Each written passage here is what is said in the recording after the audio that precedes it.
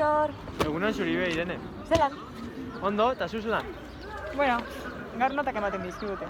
Bai, egize da, batzartu izan Delfoseko orakulue. Zer? Irakasliok batzartu ziela ondala gitzi. Ah, eta zelan zure baitak? A priori honak, kimika izenezik, eta zuriek?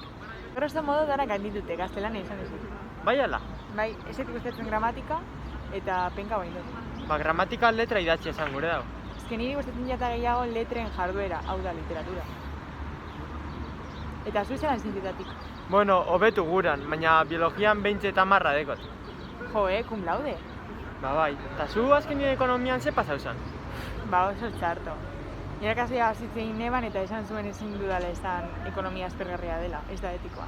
Cesar non es supragramatikos, hau da, berak ezin du zure iritzia mugatu. Hori da. Eta honetaz ari garela, bakizu zeinan ekonomian etimologia?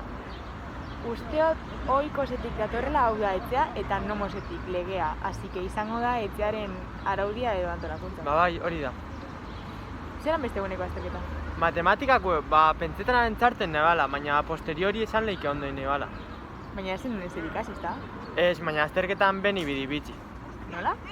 Heldu ikusi eta irabazi. Ah. Bueno, bakizu zer ikasiko zuen urren urtien?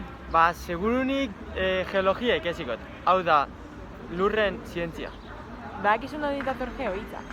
Ba, geatik dator, tostot. Gea dala lurraren jainkosa eta gainera Kronosen emaztie eta Zeusen ama bebazan. Hori da, bai.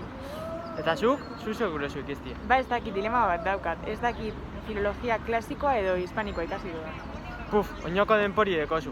Bueno, Ontxe joan bierra deku, filosofia asti erdau. hori da. Ah, esapere haude.